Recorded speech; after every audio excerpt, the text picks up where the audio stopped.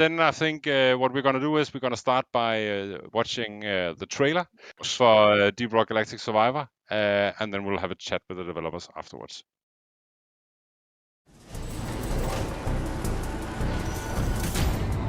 Get ready to rumble!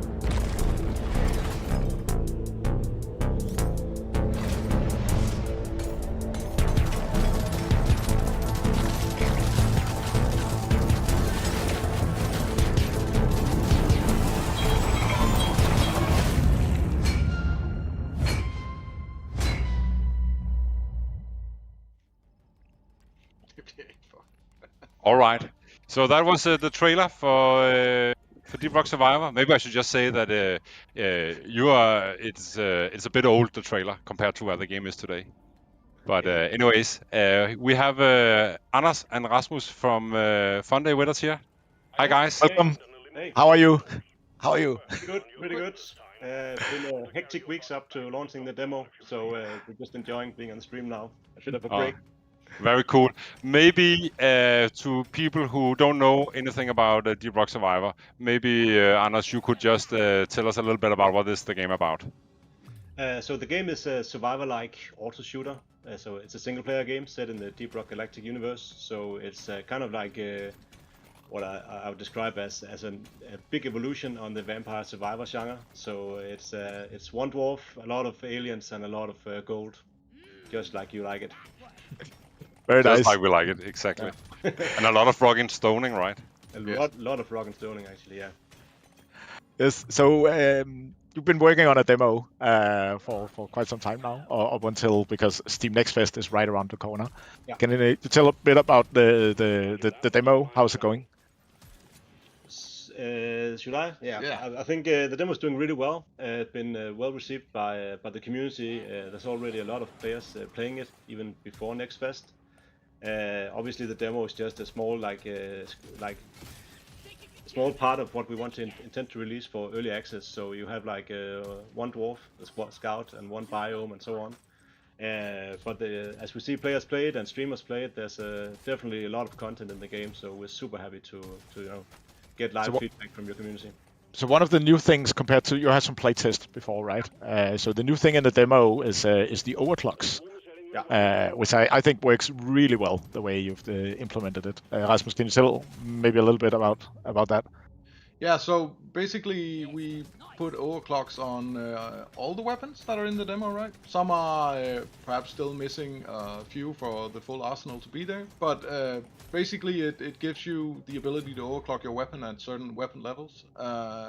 Some of them are pretty vanilla, just boosting your stats, and some of them are total. We have one on the screen there, I could see. Yeah. Perfect timing. And I think the system needs some love going forward and going into early access, but I think it's definitely going to be cool and add a lot of depth to the weapons gameplay. Yeah. I think one of the really cool thing about the way you have implemented it is that you actually need to level up the guns you have to level 12 before you unlock the overclocks, right? Mm. So you have something to work on and sort of like unlocking this, and I think that mechanic works extremely well. Yeah, it does, and it does allow the player to break the game and be completely overpowered, which is what you want in these kind of games, right? Yeah, definitely. Where you can just wipe out the entire planet. I can tell you that I have already managed to bring my computer, my frame rate to burn when when I've really gotten maxed out. I also watched some streams that where some people that discovered some combinations that made the game almost endless. It's almost like it's a benchmark, right, for this genre that you really need to. It's a rite of passage. You need to have streamers that have their computers almost cook for this kind of genre. For sure. So another difference is Bosco, because in the playtest there was some updates for Bosco, right? And now they're nothing. So what's happening to the poor guy? So we kind of dialed him down compared to what he was in the playtest, because we felt that he wasn't in the right place. So right now in the demo he's mostly there for moral support and for saluting when you rock and stone. Yeah. But we definitely have plans going forward with him. We want him to be a support for the dwarf, And we maybe also want to allow you to even center builds around Bosco as well. But definitely the base version of him is working as a support to you. Yeah. That's cool. I think one of the, now we're talking about having Bosco as a companion here, right? And I think one of the often asked questions on the forums is why are you not doing this co-op?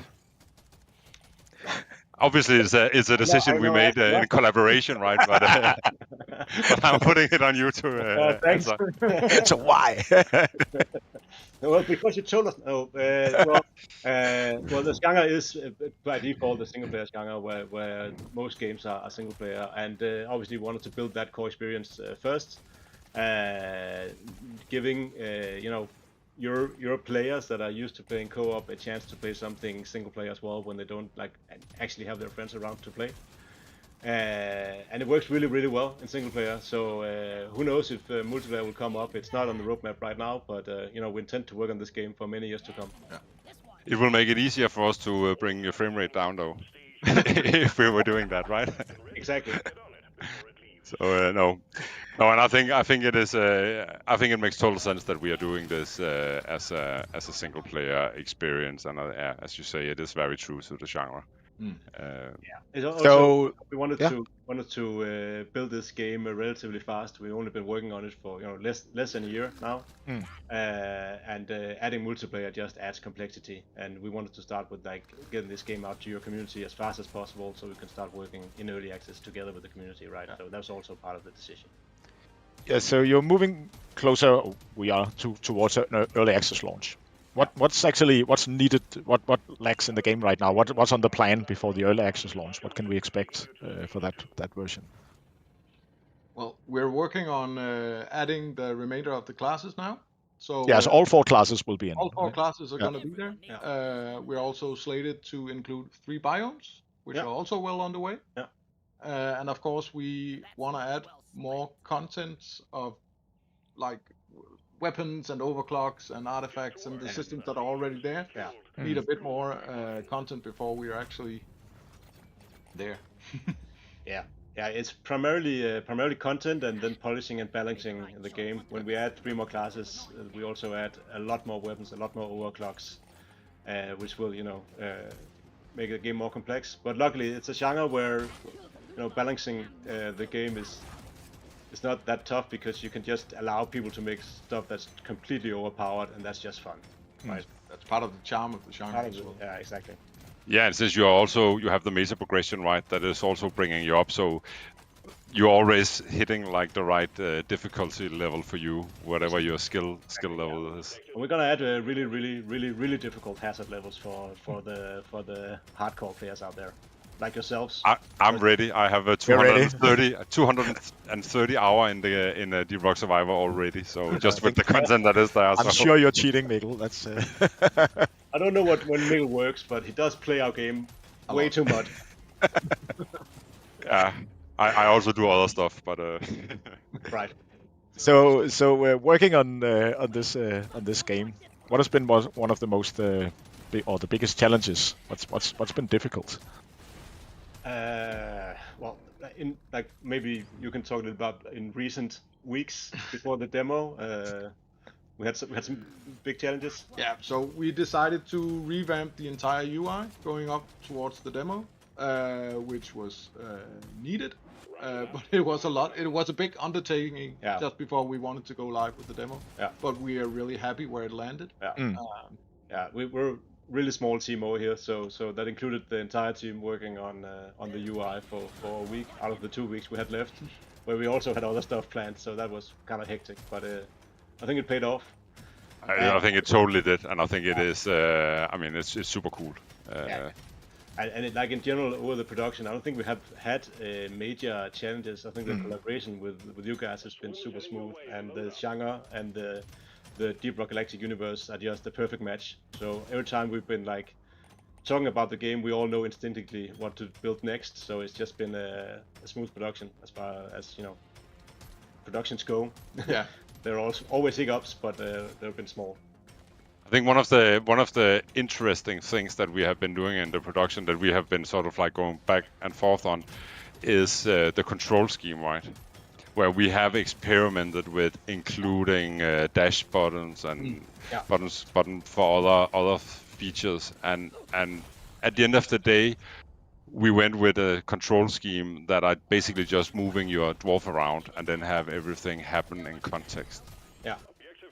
And I think that is I really like that approach, and I think that I mean, maybe we should talk about what is really unique about this game, because that's obviously the whole digging mechanic and the way you move around on the map. Yeah, as we also talked about in our last visit in your live stream, the game started with a prototype we built in a few days where we included digging, and that quickly turned out to be like the core mechanic we wanted to innovate in this genre with, and it completely changes your whole perception of the core gameplay, because you can build like your own small caverns or death pits or choke points for enemies. So it really does, make the core gameplay way more active compared to the other games in the genre, which is super fun, in my opinion. But on the other hand, then you Mikkel, you can't play it while you watch football on TV, because you have to actually focus on this game. Yeah, I know. but I really think this thing about the movement. I think when I've seen streams of players who have played Vampire Survivor or other games in the genre, and they come to this game, they clearly need to learn that the movement is very different. You need in Survivor, in Deep Rock Survivor, you really need to explore the map and search for those precious minerals, right? Yeah, exactly. I mean, you cannot just stand still and hold the fort, right? No, you need to be a greedy little dwarf and get your hands on as much gold as you can and other minerals. Yeah. And that's often why you die, right? It is, because you get greedy, but it's very dwarf-like. Yeah, it is. Yeah, you get to roleplay a dwarf like truly here. Yeah. So yeah, true. I think it is really a very different feel to play this game compared to a lot of the other games where it is more about the upgrades and the synergies alone. Where in this game there's also a lot of gameplay in the actual movement and core gameplay. And then I think I just want to do a shout out, because it is very different. And if you out there who are watching the stream here, you want to experience it yourself, you should go and test the demo out. It is on Steam right now, and you can just download it and play it, and wishlist it if you like what you are testing, or follow it. Yeah. That would be amazing. Please do. We also want all the feedback, so come into our Discord server. It's already full of people giving us 100 feature suggestions, so we have enough stuff to do. You got enough to do, yeah. That's cool. Okay, I think we should address the elephant in the room here, because on the Steam Store page it right now says December 2023. Yeah. And we just discussed this, right? And with all the feedback from the demo, even though it's mostly positive feedback, there's still like a lot to do. So we did decide, along with you, to push this title a tiny bit, just to the other side of the next year. So in the beginning of 2024, right? That's when we will. It's a small change, but it will allow our small team to build like a higher quality game with all the content we want, and also more importantly, we can include all the feedback we get from the demo. Yeah. Which we really want to spend our time right now is listening to the community and like interacting with that, and which the new timeline will allow us to do. So we feel like we'll get a way better game waiting just a little bit. So when it has released into early access, there will be, of course, updates. Do you have something planned on the other side that you can reveal, or No. maybe give hint at what your ambitions are? Because those will also change, I know, from experience when you release. Then you'll find out you need to do something else. But not to tell about our plans. No, I think we have not made the schedule yet, our roadmap yet. But we do know that obviously we want to work on stuff like Bosco. We want to include as much stuff as we can from the Deep Rock Galactic universe. That might include stuff like Molly and other systems from Deep Rock Galactic. Also, obviously, more biomes, more enemies, more weapons, more class mods, more overclocks, more stuff, more difficulty modes, more mission types. One of the things we're doing here is mission types is something that I'm looking really forward to, because that is also a place where I think we are gonna set Deep Rock Galactic Survivor apart from other games in this genre, right? I agree. Right now, there's just one mission, which is the Dreadnought mission, which is like kill the boss kind of mission. but you could easily exchange that with Egg Hunt, other kinds of known Deep Rock Galactic missions where you should do other kinds of stuff, and we definitely want to do that as well. So you have like a 5-year head start on us in terms of updates we need to catch up on. So there's a lot of stuff in your universe already that we can like translate to this game, which we're really looking forward to. Cool. So that was actually also one of the new things from the playtest to this one was the new top bar on mission progression, right? And that's of course obviously useful for designing new types of missions that we can add in on this. Exactly. Cool. I think time is running. It was super nice chatting with you and hearing about Deep Rock Galactic Survivor. Yeah. And any final comments? Go play the demo. It's super fun. See if you can beat Mikkel's 240 hours. I said 30, but by the time by the people time downloaded, I probably played 240. That's it. Thanks for having us. Yeah. Bye bye. Thanks for visiting. Rock and Stone. Rock and Stone. Alrighty. So that was a fun day, Anders. Funday Games and Rasmus. Yeah. So I hope you liked what you saw, and I hope you are interested in seeing what that game is all about.